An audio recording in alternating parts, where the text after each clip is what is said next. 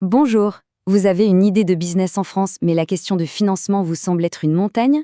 Pas de panique. Aujourd'hui, on s'attaque à un outil absolument essentiel pour tout entrepreneur ici, le fameux prêt d'honneur. Comment ça marche? Pour qui? On va décortiquer tout ça ensemble, pas à pas. Alors voici le programme. D'abord, on va voir la règle d'or, celle qu'il faut absolument connaître.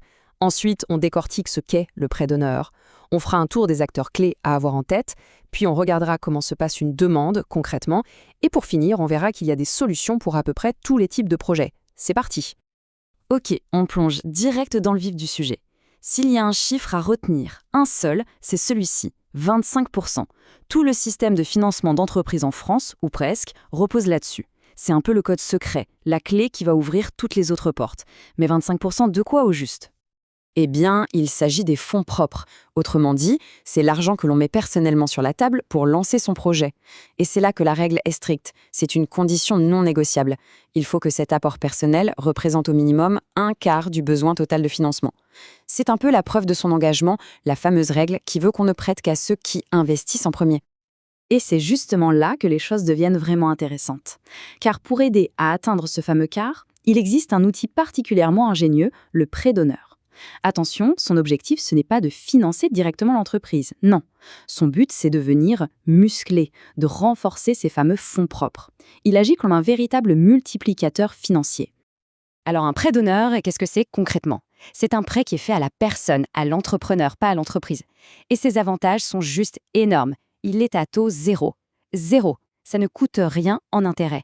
Et surtout, son nom l'indique bien, il est accordé sur l'honneur. Ça veut dire quoi? Ça veut dire sans aucune garantie sur vos biens personnels. Pas de risque pour la maison ou la voiture. Bon, voyons maintenant cet effet de levier en action.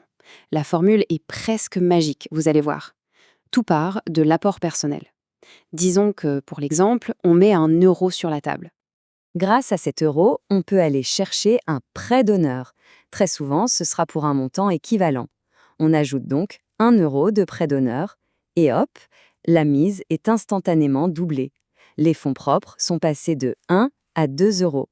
Et c'est maintenant que le tour de magie s'opère. Avec ces 2 € de fonds propres bien solides, on va voir la banque. Et là, forcément, le banquier est beaucoup plus rassuré.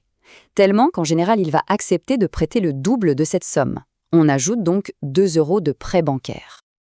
Et voilà le résultat final.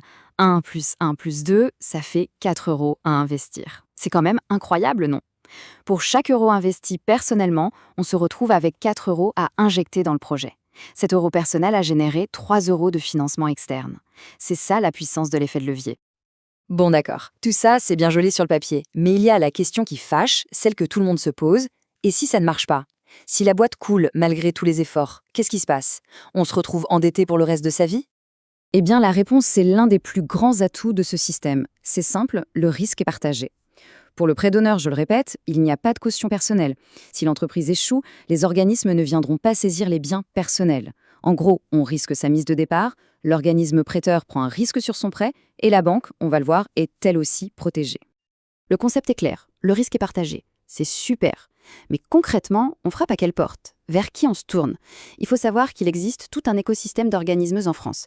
Et connaître les acteurs principaux, c'est évidemment une étape cruciale. Alors pour faire simple, on trouve principalement 3 grands réseaux nationaux. Ils sont un peu concurrents, mais fonctionnent de manière assez similaire. Il y a Initiative France, qui est très ancrée localement, avec des antennes partout, comme Paris Initiative Entreprise, le pied, à Paris. Il y a France Active, dont la particularité est de proposer aussi des garanties bancaires. Et enfin, Réseau Entreprendre, qui segmente un peu plus son offre selon l'ambition du projet. Bon, une fois qu'on a identifié le bon réseau, comment ça se passe concrètement, la demande de financement? Attention, ce n'est pas juste un rendez-vous, c'est un processus très structuré qui commence bien avant de rencontrer qui que ce soit. Prenons l'exemple de Paris Initiative Entreprise. Le parcours est limpide. Étape numéro 1, l'incontournable, la base de tout, avoir un business plan solide. Sans ça, c'est même pas la peine d'y penser. Ensuite, on soumet son dossier en ligne. Une première réponse arrive assez vite, souvent sous 10 jours.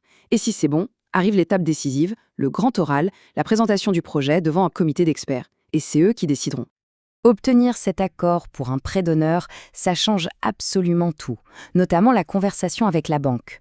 On n'arrive plus en demandant une faveur, mais avec des atouts très très concrets en main. Cette phrase, elle illustre parfaitement ce changement de posture. Et voici le deuxième chiffre magique de notre histoire. En plus du prêt d'honneur, des organismes comme France Active ou la banque publique BPI France peuvent garantir jusqu'à 80% du prêt bancaire qu'on demande. Pour le banquier, le risque devient quasi nul. Inutile de vous dire que ça facilite énormément l'obtention du crédit qui va boucler le financement. Mais attention, l'écosystème ne s'arrête pas là. Il ne se limite pas aux prêts d'honneur de création classiques. En réalité, il existe une multitude de solutions qui sont adaptées à des profils et à des projets très différents. On peut regarder les deux extrêmes pour bien comprendre. D'un côté, on a l'ADI.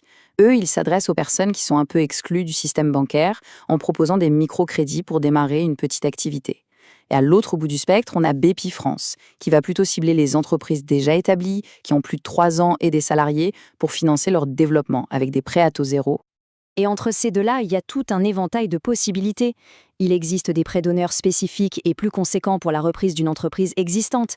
Il y a des prêts de croissance pour les PME qui veulent grandir, ou encore des financements dédiés à des secteurs très précis, comme la santé ou à des projets innovants, que ce soit dans le digital ou l'économie sociale et solidaire. Alors voilà, les règles du jeu sont plus claires. L'effet de levier du prêt d'honneur, combiné aux garanties, rend le financement beaucoup plus accessible qu'on ne l'imagine. La vraie question, ce n'est donc plus de savoir si c'est possible d'être financé, mais plutôt, par quoi on commence? Quelle est la toute première ligne de son business plan?